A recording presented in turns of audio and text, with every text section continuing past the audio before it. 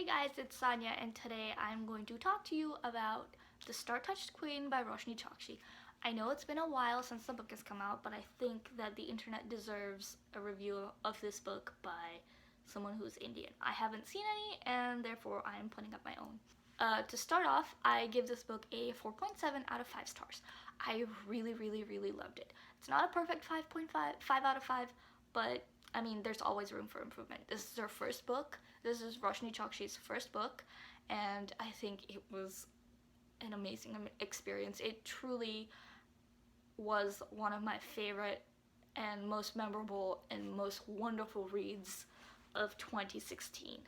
And one more thing I want to say before I get into it is a fantasy novel, and all the characters are people of color. Really not that hard to include like 2 or 3 main characters who are people of color, is it? It's really not that hard. So, quick summary of the book. This book follows a main character named Maya, who is a princess who has a cursed horoscope.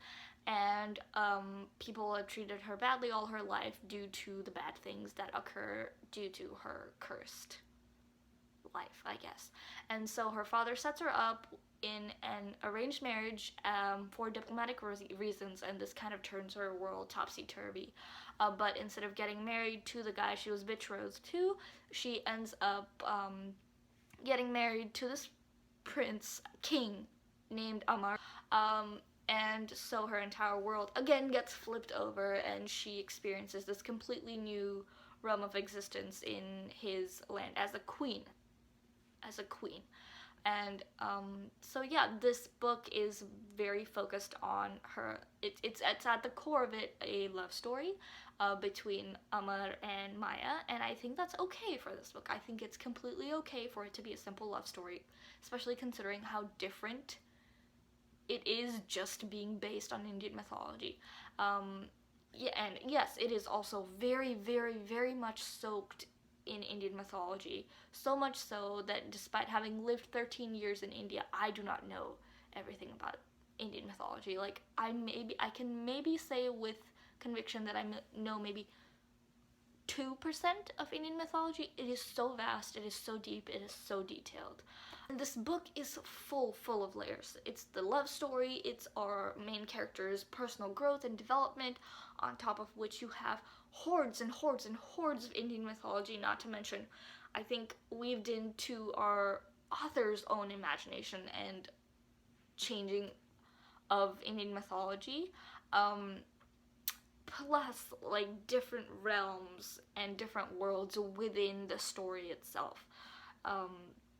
It is a simple yet complex read, especially if you're not well versed in Indian mythology, which I think most people who've lived their lives out in America without any exposure to Indian mythology would have a problem with. So let me tell you, Google is your and my best friend when reading this book.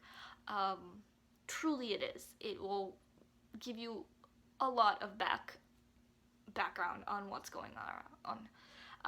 Another thing that I really genuinely truly loved was the writing style. I think I can say with conviction that the way Indian authors tend to write their novels is very different from the way I've seen most American and white people write their novels, and I love it. There's a melody and a lyrical quality to the language, to the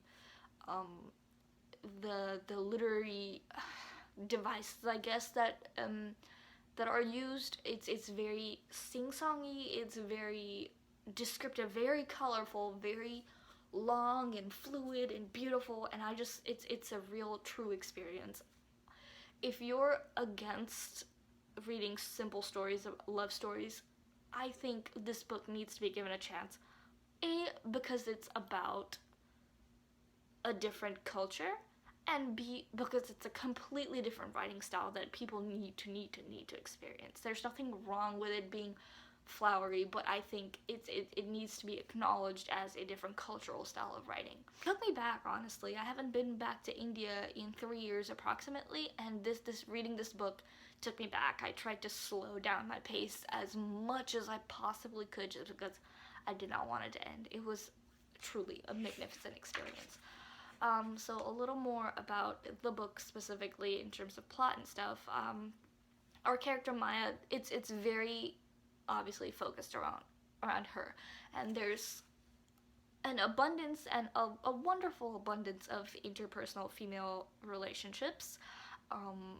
Maya and her half sister, Maya and her, I guess, stepmother, Maya and her best friend, and also a female horse, I think. But that really doesn't matter. The gender of the horse doesn't matter, but if you wanted to know. The female relationships in this book were fantastic. There's not every, obviously there's a villain, but who is female, spoilers, but there's backstory and context given to every single one that gives characters motivations for what they're trying to do.